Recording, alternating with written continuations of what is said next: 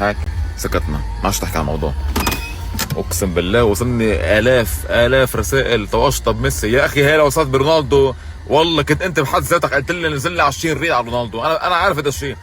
بكره لما نصير مع رونالدو حطبل له رونالدو. اصلا 5 اهداف بعمر ال 37 ساهم فيهم بالمنتخب.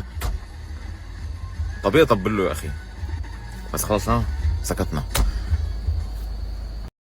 موريتانيا الحبايب، انا بعتذر باللي صار امبارح بالليل. عملت فيديو انه رسميا موريتانيا خرجوا، بس لا، هيدي معلومه انه موريتانيا بعد ما خرجوا وممكن كثير يتاهلوا لما يلعبوا ضد مركز ثاني والثالث، لانه بعد لهم مبارتين. انا كنت فكر عندهم مباراه واحده فقط، فقلت رسميا، بس هو لا، موريتانيا بعدها باذن الله تتاهل، وكل الدول العربيه بافريقيا بيتاهلوا الى افريقيا، وكل التوفيق لكل حدا بده يربي اولاده. ايها صديقنا هون اجى مع ابنه، طلع ابنه شو مثل بيو يونايتد.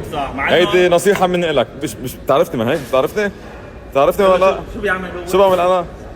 ايوه، بتحبني ولا ما بتحبني؟ كثير بتحبني؟ اذا بتحبني غير الكنزه جيب تشيلسي.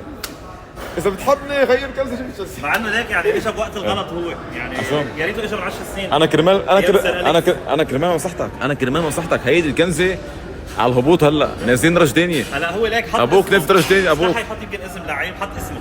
اوه الله يخلي لك اياه يا رب. حبيبي بيلاله حبيبي. بدي اياك تشيلسي بكره تيجي هون على النادي بشوفك تشيلسي. تمام؟ قول له بدك تحكي مع حمود. يلا تعال نشوف. تعال قول له شوف. يلا شو